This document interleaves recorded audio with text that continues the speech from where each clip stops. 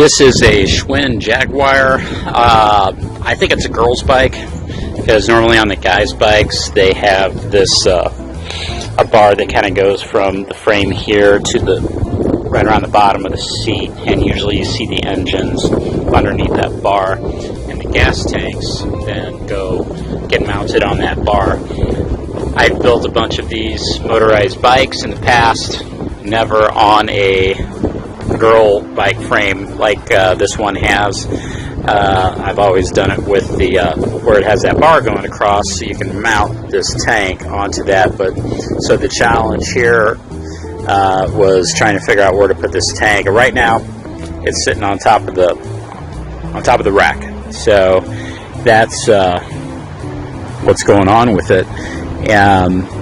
There are tanks that you can get that can be mounted underneath this rack, and they kind of come down in here too, that actually are narrow enough to clear the tire. So anyway, there's nothing hitting the tire on this one, this situation right here. Everything clears and it's good to go. It's just not as streamlined, and of course you can't really use the rack. There's just like a little space here. I considered using a cylinder type thing. Maybe they sell 1 gallon kegs that you can do. I just didn't want to manufacture a gas tank for this, so I used the tank that came with the kit. Another thing that comes with the kit, besides all the stuff you're looking at, is this pipe, which I did not have. This would not fit onto this bike and still clear the frame properly. It was going to hit the bottom tube here of the frame, so the only way to do was to maybe cut this off and kind of like re-weld it on with and turning it this way a little bit, the flange. But this thing is so awful heavy that you know, it'd have to be a good weld. And see the size of that hole right there compared to the diameter of this pipe here, the hole of this pipe, this is significantly smaller. So I kind of like this pipe here that I made. It's just it was a pre-bent galvanized steel, got from a hardware store locally or something, that that works. I did have to custom made little flange mount here for the exhaust. I've got a screw with a basically locked nut holding it on one side, and then on this side it's an Allen head bolt that is holding it in there. I don't have any Loctite or anything on there, so periodically you want to check the tightness of this. This is a pretty critical area. As far as attaching this to the frame somehow to dampen vibrations and all that stuff and bear some of the weight of this, I don't think it's really that critical.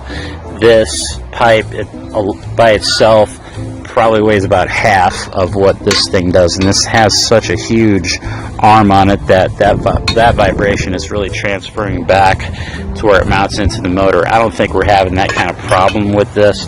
This is very much an experimental setup, but I think it's gonna, so far it's working out pretty good. I've only got about maybe a mile on this bike right now. It hasn't been ridden or driven much. It hasn't been run much. So anyway, with this open pipe situation, besides it being loud, it's wide open, and two-stroke engines. This is a two-stroke engine, by the way. You have to mix the fuel before you put it into the tank. Okay, so it's two-cycle engine, like a chainsaw or a gas trimmer. Okay, so you got to mix the fuel. The two-cycle engines require some type of back pressure as the exhaust gases are escaping out of here. There needs to be some kind of like back pressure, and so this pipe that comes with the kit, look at that, that's the size of the hole that's allowing gases to escape from this pipe. Okay, so it's pretty darn small, And then inside of that, if you took that screw off right there and took this cap off, there are baffles that kind of further restrict the flow of the exhaust gases. So as gases come out of this pipe, they expand. So this is kind of like a muffler slash expansion chamber. All right. So we don't really have an expansion chamber.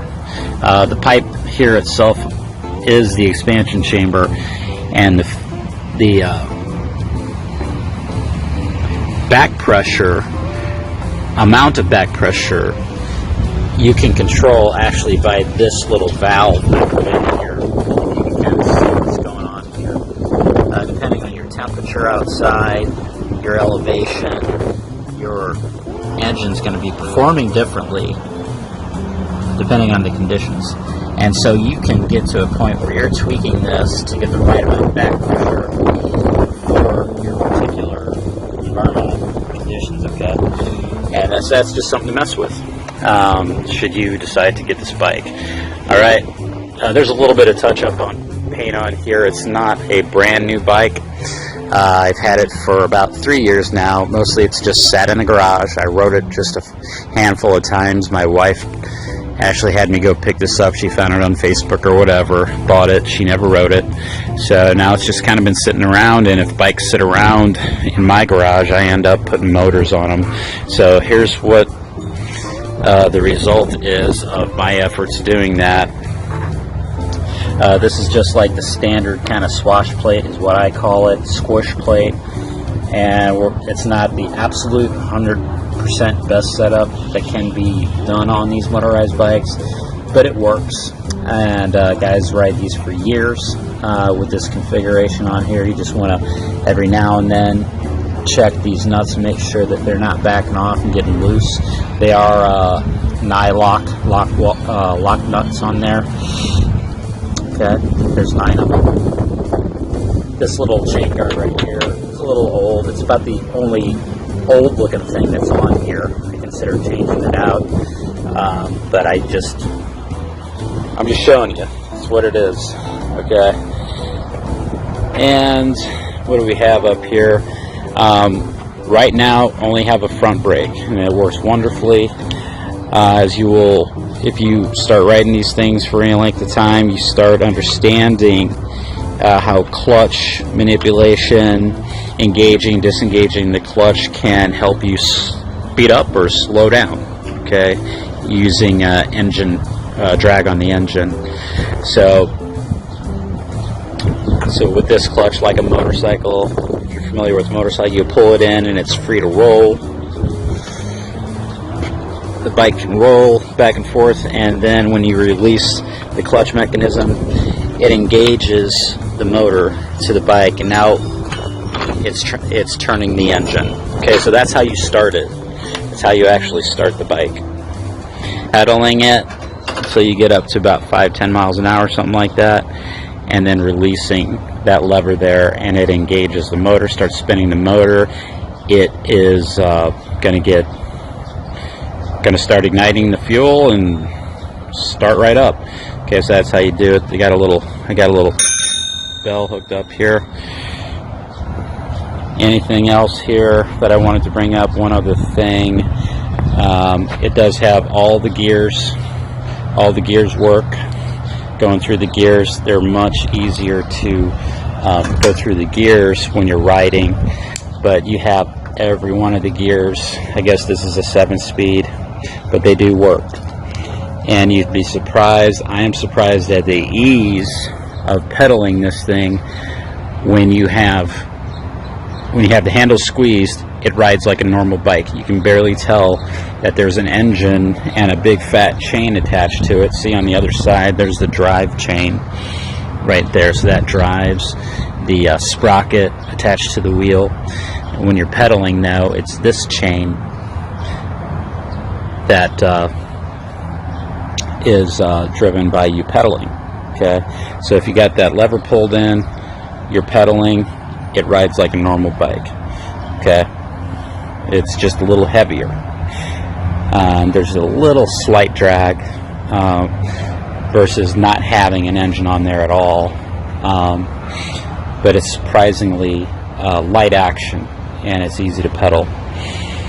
Oh, the other thing, no rear brake, and I'll get to this chain tensioner in a second, but there's no rear brake. I've rigged this up to where there's a copper wire that's basically folded through here, bent in half, so this brake linkage isn't going anywhere.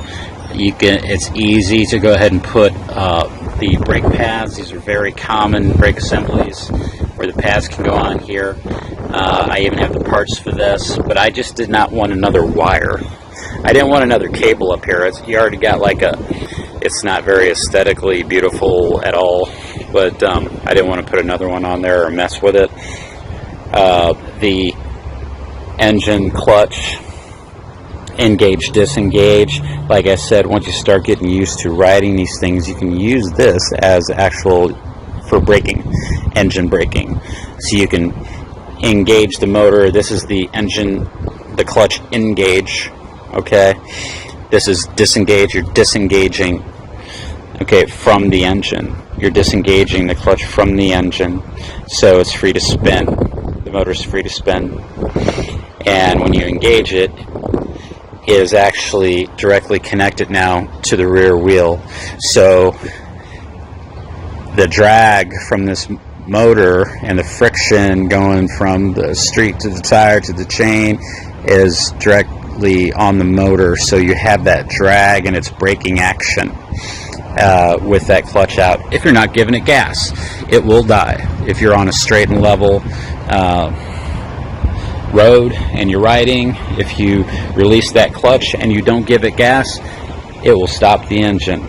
Some guys don't have any brakes on these things, or kill switches either, and by the way, this does have a kill switch right here that kills the engine. So anyway, that's about the rear brakes that are not installed, and this linkage isn't going anywhere. These brake arms, they're just hanging out there.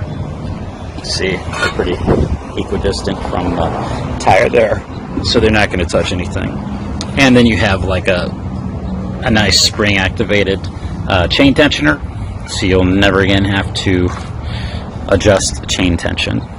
And if it starts loosening up, you can actually bring it up another notch to increase spring tension. Because this chain is brand new, it will stretch. And that's about it. That's all I can think of. You have your CDI magneto, well, actually coil, I guess you could call it. Magneto is something that's underneath here that actually creates the spark. Clutch assembly, chain tensioner, got the rear sprocket, gas tank, carburetor, fuel filter and line, spark plug, clutch lever, bell, kill switch, gear shifter for normal bicycle operation, and then the throttle grip. Okay, I'm going to go out and start it out. What I like to do, if it hasn't been running for a while, I know it's kind of weird, but because the fuel line is so long and it kind of goes uphill a little bit before it goes back down to the carburetor, I just like to take this off and I'll blow. I'll actually wipe it off a little bit and I'll blow real lightly into there, and that kind of gives it some head pressure, gets the gas down into the carburetor, and then also this little button right here pushes down the float inside of the carburetor that allows fuel to just freely flow down into there to make sure you have a good level of fuel before you take off. Okay, so I'm just going to go ahead and wrap it up. I'll be coming right back here and park it, and I'll show you some adjustments that I'll be making onto the carburetor for the idle speed adjustment. Okay, I'm just going to go ahead and take it out, hopefully get it down the driveway and get it started, turn it right back around, and I'm going to pull it up into here and try to show you the idle speed adjustment.